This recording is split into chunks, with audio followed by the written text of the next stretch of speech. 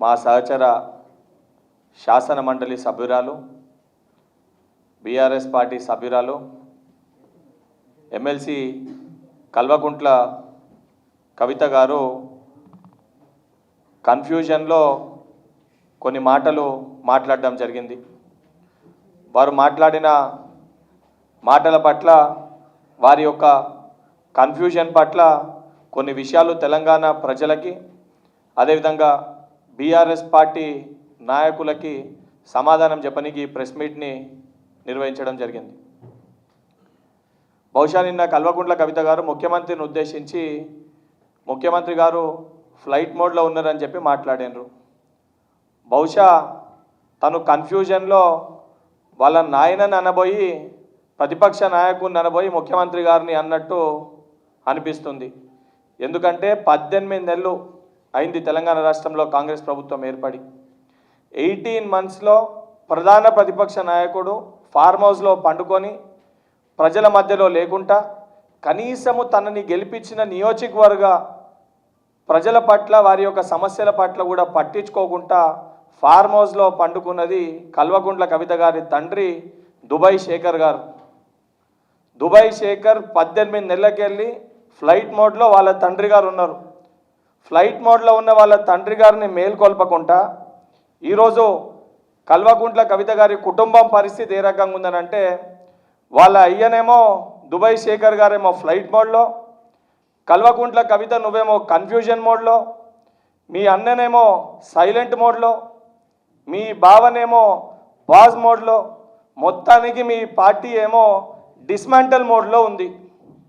ఇది మీ పరిస్థితి. ఈరోజు బీసీ రిజర్వేషన్ ఇవ్వాలి, బీసీలకి రిజర్వేషన్ని ఎట్టి పరిస్థితులు అమలు చేయాలని ఒక దృఢ సంకల్పంతో బీసీ రిజర్వేషన్ల కోసం ఇచ్చిన మాట కోసము ఏదైతే బిల్లుని క్యాబినెట్లో ఆమోదించి గవర్నర్ గారికి పంపించి ఆర్డినెన్స్ తెచ్చి రిజర్వేషన్ను అమలు చేయాలని చెప్పి పార్లమెంట్ సమావేశాల ముందు కేంద్రం ప్రభుత్వం పైన ఒత్తిడి తీసుకురావాలని చెప్పి ముఖ్యమంత్రి గారు దానికి సంబంధించిన ప్రజెంటేషన్ చేయాలని చెప్పి ఢిల్లీకి అందరూ బీసీ నాయకులతోటి కేంద్ర ప్రభుత్వం పైన ఒత్తిడి తీసుకొని వచ్చి బీసీలకి న్యాయం చేకూర్చాలి, తెలంగాణ రాష్ట్రంలో ఎట్టి పరిస్థితి ఇంప్లిమెంట్ చేయాలి. ఇంప్లిమెంట్ చేసింది భారతదేశ వ్యాప్తంగా కూడా తెలంగాణను ఒక రోల్ మోడల్ లెక్క తీసుకొని భారతదేశ వ్యాప్తంగా కూడా దాన్ని తక్షణమే ఇంప్లిమెంట్ చేయాలని ఒక దృఢ సంకల్పంతో ముఖ్యమంత్రి గారు ఢిల్లీకి పోతే, అవగాహన లేకుండా, ఆలోచన లేకుండా, కన్ఫ్యూజన్లో ఏది మాట్లాడుతున్నావో నీ కుటుంబంలో నీది నువ్వు చూపించుకోనికి, మీ అంతర్గత పోరుని ఏదైతే పెత్తనం చేయనీకి ఏది పడుతుంది మాట్లాడుతున్నావు. ముందు బీసీల కోసం రిజర్వేషన్ ఏదైతే ఇంప్లిమెంట్ చేస్తున్నామని చెప్పినప్పుడు నువ్వు స్వాగతించినామంటే, నువ్వు స్వాగతించిన విషయాన్ని మేము కూడా స్వాగతించినాము.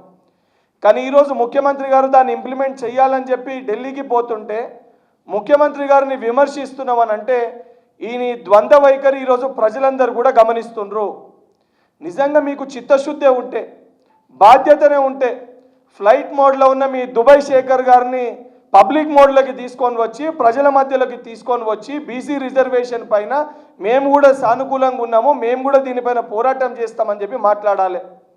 ఒకవైపు ఏమో దీన్ని కేంద్ర ప్రభుత్వం ఆమోదించాలని చెప్పి నువ్వు మాట్లాడుతావు, మరొక వైపు భారతీయ జనతా పార్టీ అధ్యక్షుడేమో ఇది సాధ్యం కాదు అని చెప్పి మాట్లాడతారు.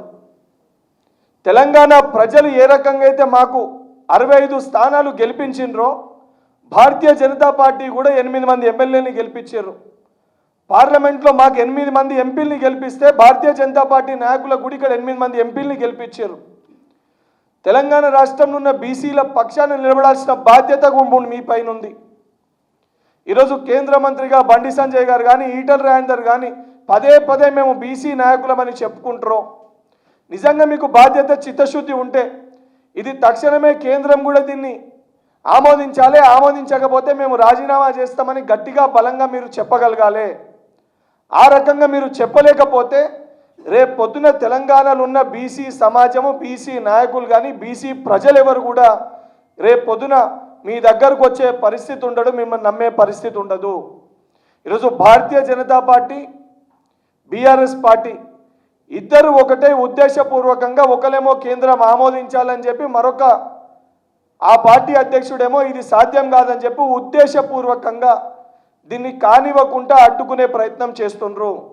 కానీ ఇచ్చిన మాటని నిలబెట్టుకునే విధంగా ఒక అగ్రకులానికి చెందిన వ్యక్తి రేవంత్ రెడ్డి గారు అయినప్పటికీ కూడా రాహుల్ గాంధీ గారు, మహేష్ కుమార్ గౌడ్ గారు కాంగ్రెస్ పార్టీ ఇచ్చిన మాటకి తప్పనిసరిగా కట్టుబడి ఉందని చెప్పే విధంగా మొదట దానిపైన అసెంబ్లీలో మండలిలో చర్చ పెట్టి దాని తర్వాత క్యాబినెట్లో ఆమోదించి గవర్నర్ గారికి పంపించి ఆర్డినెన్స్ తెచ్చి ఇచ్చిన మాట నిలబెట్టుకోవాలని చెప్పి కేంద్ర ప్రభుత్వం పైన ఒత్తిడి తీసుకురానికి పార్లమెంట్ సమావేశాల ముందు అందరూ ఢిల్లీకి పోయి ఆడ ప్రజెంటేషన్ ఇచ్చి ఒత్తిడి తెచ్చే ప్రయత్నం చేస్తుంటే దీన్ని జీర్ణించుకోలేక తట్టుకోలేక మీ రాజకీయ లబ్ధి కోసము నోటికొచ్చినట్టు మాట్లాడితే రేపొద్దున తెలంగాణ రాష్ట్రంలో ఉన్న బీసీ సమాజంలో ఉన్న వ్యక్తులందరూ కూడా మిమ్మల్ని రాళ్లతోటి కొట్టి మిమ్మల్ని బీసీ సమాజానికి ద్రోహులు లెక్క మిమ్మల్ని చిత్రించే ఒక పరిస్థితి ఏర్పడుతుంది.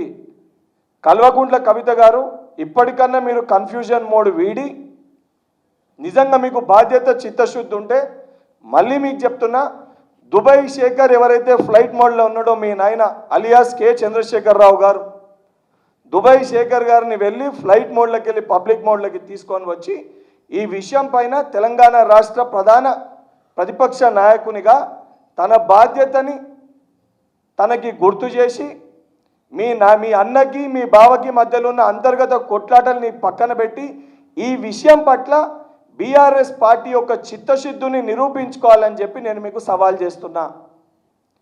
కేటీఆర్ని కూడా ఫ్లైట్ మోడ్లో ఏదైతే సైలెంట్ మోడ్ అని ఎందుకన్నానంటే మొన్న చాలా స్పష్టంగా కల్వకుంట్ల తారక రామారావు పైన ఈ డ్రగ్స్ విషయం పైన నువ్వు విదేశాలకి వెళ్ళి ఏమి మెడికల్ చెకప్ చేసుకున్నావు, ఏం టెస్ట్ తీసుకున్నావు, ఏ రకంగా నీ బాడీ డీటాక్స్ చేసుకున్నావు, మరి విదేశాలకు పోయి చేసుకున్నావా చేసుకోలేదా ఆ విషయం పైన క్లారిటీ ఇవ్వాలని చెప్పిన.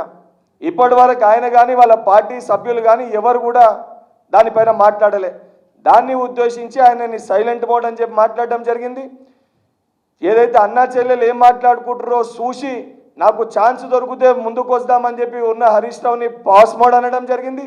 మీ మొత్తం కుమ్ములాటలో మీ పార్టీ మొత్తం కూడా అస్తవ్యస్తమై డిస్మాంటల్ మోడ్ అంటే కూలిపోయే పరిస్థితి ఉందని చెప్పి ఈరోజు సొంత మీ పార్టీ నాయకులు ప్రజలందరూ కూడా భావిస్తారు. కాబట్టి డిస్మాంటల్ మోడ్లో మీ పార్టీ ఉందని చెప్పడం జరిగింది. ఇప్పటికన్నా మా బాధ్యత మేరకు మాకున్న చిత్తశుద్ధి మేరకు మేము తప్పనిసరిగా దాన్ని చేసి తీరుతామని చెప్పినాము. మళ్ళీ ఇష్టం వచ్చినట్టు ఏది పడుతుంది మాట్లాడి ఏది పడుతుంది చెప్పి ప్రజల్ని మోసం చేసే ప్రయత్నం చేసి ప్రజల్ని మభబెట్టే ప్రయత్నం చేయడము ఇది మంచిది కాదని చెప్పి మంచి పద్ధతిలో కల్వకుంట్ల కవిత గారికి చెప్తున్నాను. మీ లెక్క ఢిల్లీకి పోయి సారా వ్యాపారమో లిక్కర్ వ్యాపారమో ప్రజల్ని మోసం చేసి తెలంగాణ పేరు ప్రతిష్టల్ని దెబ్బతీసే విధంగా ఇక్కడ ఎవరు పనిచేస్తలేరు. తెలంగాణ రాష్ట్ర అభివృద్ధి కోసము ఏదైతే బీసీల కోసము బీసీ సామాజిక వర్గానికి ఇచ్చిన మాట నిలబెట్టుకోవడం కోసము మా ముఖ్యమంత్రి గారు తాపత్రయపడుతూ తపన పడుతూ కష్టపడుతూ కేంద్ర ప్రభుత్వంపై కొట్లాడుతూ ఎట్టి పరిస్థితిలో దాన్ని ఇంప్లిమెంట్ చేయాలని ఒక చిత్తశుద్ధితోటి బాధ్యతతోటి పనిచేస్తారు.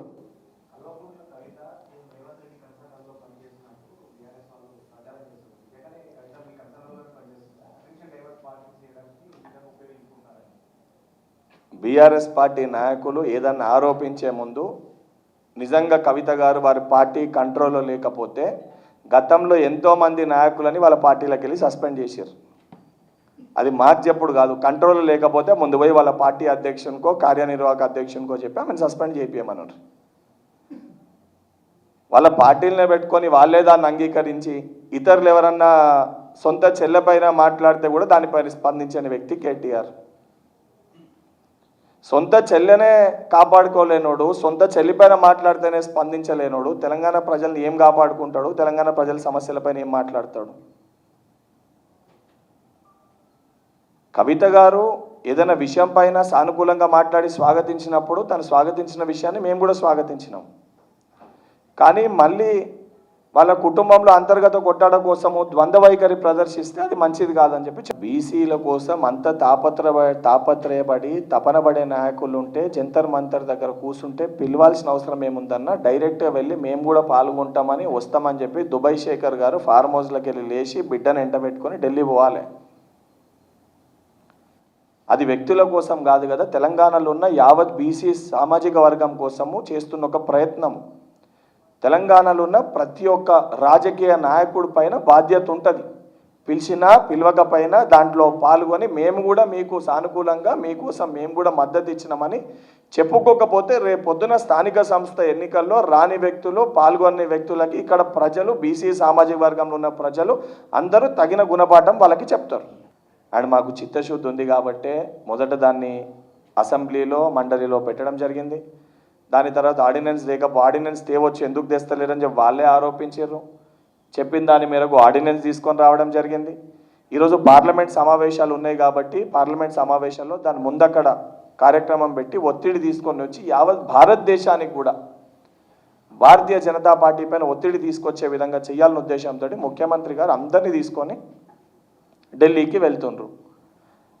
అంత క్లియర్గా అది ఇంప్లిమెంట్ చెయ్యాలి ఇవ్వాలని ఒక దృఢ సంకల్పంతో మేముంటే దాన్ని ఇవ్వకూడదు, ఏదైతే పైకెళ్ళి ఒక చేతితోటి పెట్టినట్టే కవితతోటి పెట్టించి ఇంకో చేతితోటి వాళ్ళ పార్టీ నాయకులు కిందకెళ్ళి పల్లం గుంజుకొని బీసీ సామాజిక వర్గానికి అన్యాయం చేసే ప్రయత్నం చేస్తున్నారు. దాన్ని ఉద్దేశించే ద్వంద్వ వైఖరి అని చెప్పడం జరిగింది. ముందు బీజేపీ పార్టీ నాయకులు ఇప్పుడు మా పార్టీకి వెళ్ళి బీసీ సామాజిక వర్గం గురించి మాట్లాడేది ఉంటే మా దగ్గర ఉన్న బీసీ నాయకులు నిన్న వచ్చి చాలా స్పష్టంగా క్లారిటీతోటి ప్రెస్ మీట్లు పెట్టారు.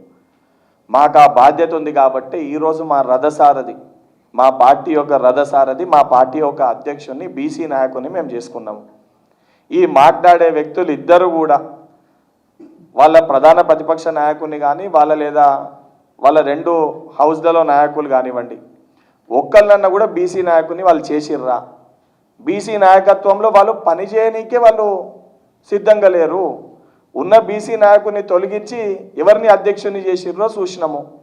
ఇవాళ మాటలు మాట్లాడుతుంది ఎవరో కూడా చూసినాము. అసెంబ్లీలో వాళ్ళ నాయకులు ఏ సామాజిక వర్గానికి చెందిన వాళ్ళో చూసిండ్రు, మండలిలో వాళ్ళ నాయకులు ఏ సామాజిక వర్గానికి చెందిన వాళ్ళో మీరు చూసిండ్రు. చెప్తున్నారు రామచంద్రరావు గారికి బహుశా ఆలోచన లేకుండా వారు మాట్లాడుతుండ్రేమో. కేంద్రంలో భారతీయ జనతా పార్టీ అధికారంలో ఉంది. తెలంగాణ కూడా భారతదేశంలో ఒక భాగమే. తెలంగాణ ప్రజలు కాంగ్రెస్ పార్టీకి ఎట్లయితే 8 ఎంపీ స్థానాలు గెలిపించారో భారతీయ జనతా పార్టీకి కూడా 8 స్థానాలు గెలిపించారు. ఏదైతే కేంద్ర ప్రభుత్వం రాష్ట్ర ప్రభుత్వం బాధ్యతతోటి చేయాల్సిన పనిని రాష్ట్ర ప్రభుత్వం చేసింది. రాష్ట్రంలో కాంగ్రెస్ పార్టీ అధికారంలో ఉంది, కాంగ్రెస్ పార్టీ పని చేసింది కాబట్టి ఎట్టి పరిస్థితుల్లో మేము దీన్ని అడ్డుకుంటాము, మాకు రాజకీయాలే ముఖ్యము, ప్రజలు ముఖ్యం కాదు, బీసీలు ముఖ్యం కాదనే విధంగా వాళ్ళు ప్రవర్తించి వాళ్ళు వ్యవహరిస్తే ప్రజలే వాళ్ళ గుణపాఠం చెప్తారు. ఇప్పుడు మేము చేయాల్సింది బాధ్యతతోటి మేము అధికారంలో ఉన్నప్పుడు మేము చేస్తున్నాము, మేము చిత్తశుద్ధితోటి మేము పనిచేస్తున్నాము. స్థానిక సంస్థలు ఎన్నికలు పెట్టడానికి శాతనైతే లేదు, పెట్టాలి ఎట్టి పరిస్థితులను ఒత్తిడి చేసినా లేదు. ఎట్టి పరిస్థితుల్లో బీసీలకు రిజర్వేషన్ ఇచ్చి బీసీలను కూడా నాయకులను చేసేటట్టు రిజర్వేషన్ ఇచ్చినాకనే పెట్టాలని ఒక దృఢ సంకల్పంతో మా ముఖ్యమంత్రి గారు పనిచేస్తుండ్రు. ఆ పనిని అడ్డుకునే ప్రయత్నము, ఆపే ప్రయత్నము కాదు, కాకూడదు, ఇయ్యకూడదు అని చెప్పి అగ్రకులానికి చెందిన కొంతమంది ప్రతిపక్ష పార్టీ నాయకులు మాట్లాడుతుండ్రు. ఇది యావత్ బీసీ సమాజం కూడా దీన్ని గమనిస్తుంది. తప్పనిసరిగా వాళ్ళే రేపొద్దున స్థానిక సంస్థ ఎన్నికల్లో తగిన గుణపాఠం వీళ్ళకి నేర్పుతారు.